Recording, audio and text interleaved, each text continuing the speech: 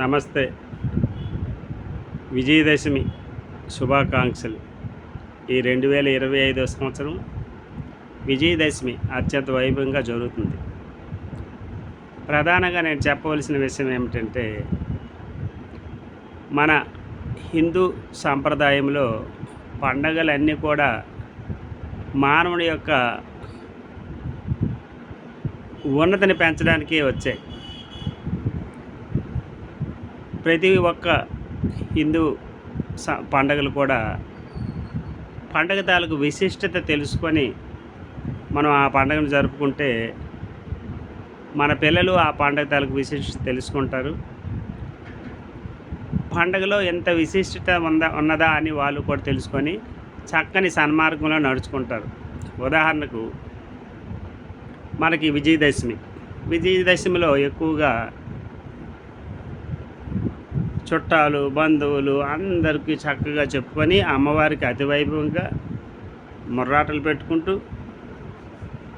తిరువీధులతో వెళ్తూ ఎంత ఉత్సాహంగా అమ్మవారికి ఆ ముర్రాటను పోసి కోడి గొర్రె ఇలాగ జంతు బలినిస్తారు. చక్కగా కుటుంబం చుట్టాలు అందరికీ పిలిచి హాయిగా తిని ఆనందంగా గడుపుతారు. అయితే విజయదశమి అనేది ఎందుకు జరుపుకుంటారంటే ఒక్కరికి అడిగినా తెలియదు. జంతు బలి ఎందుకు ఇస్తారా అంటే ఒక్కరికి అడిగినా తెలియదు. ప్రధానంగా చెప్పవలసింది ఏమిటంటే, ఈ జంతు బలి అనేది ఎందుకు వేస్తున్నారు?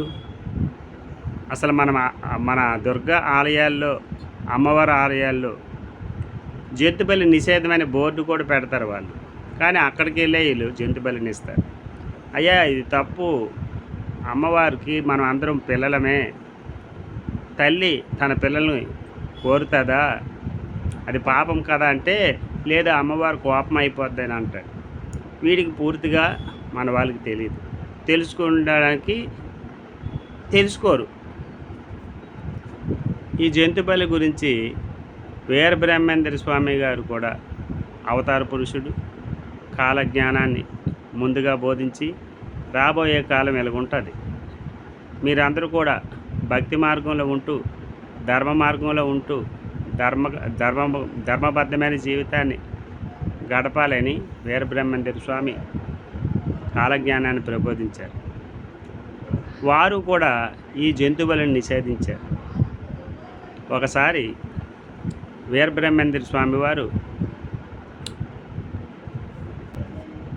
కాలజ్ఞానాన్ని ప్రబోధిస్తూ ఊరా తిరుగుతున్న సమయంలో ఒక ఊరిలో పోలేరమ్మ సంబరాలు జరిగినప్పుడు ఆ ఊరి ప్రెసిడెంటు, ఆ ఊరి యాజమాన్యం అందరూ కూడా సంబరాలతో వస్తూ ఆ పోలేరమ్మకు ఆ మేకలు గొర్రెలు తెచ్చి బలి ఇవ్వడానికి వాళ్ళు రెడీగా ఉన్నప్పుడు వెంటనే వీరబ్రహ్మేంద్ర స్వామి చూసి, అది తప్పు, జంతు బలి అనేది మనం చేయకూడదు, అది పాపం అంటే వెంటనే ఆ ఊరి ప్రెసిడెంట్ ఏమంటాడంటే, ఉరకవయ్యా, నీకేం తెలుసు, పోలేరమ్మకి ఆ బలి ఇవ్వకపోతే ఆమె కోపం అవుతుంది అంటాడు.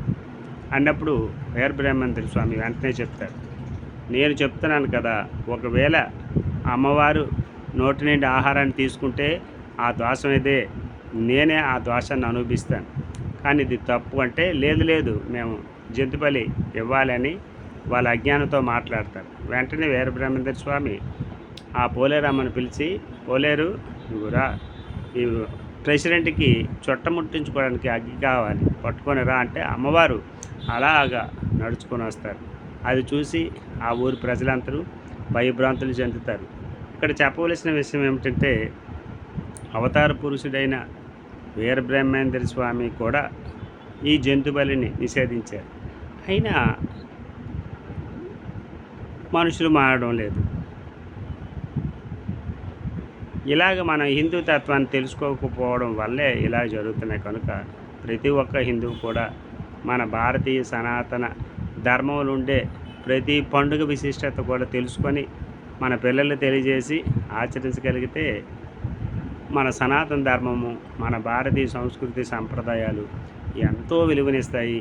మన పిల్లలు ఒక వినూత్నమైన మంచి మార్గంలో ఉండి శాంతి సౌఖ్యాలు కూడా అందిస్తారు. ప్రధానంగా విజయదశమి ఈ నవరాత్రులు ఎందుకు జరుపుకుంటారు? ఈ 9 రోజులు కూడా మహిషాసురుడు అనే రాక్షసుని సంహరించడానికి దేవీ దేవతలందరూ కూడా ఒక అమ్మని తయారు చేస్తారు. ఆ అమ్మ ఆదిపరాశక్తి. ఆమెకి మహిషాసురుడనే దుర్మార్గుడైన రాక్షసుడి రక్తం కళ్ళ చూడడం ఆమెకి ఇష్టం. మనవాళ్ళు దాన్ని అజ్ఞానంగా తీసుకొని ఈ మూగజీవాలను చంపి ఆ రక్తాన్ని చూపిస్తున్నారు.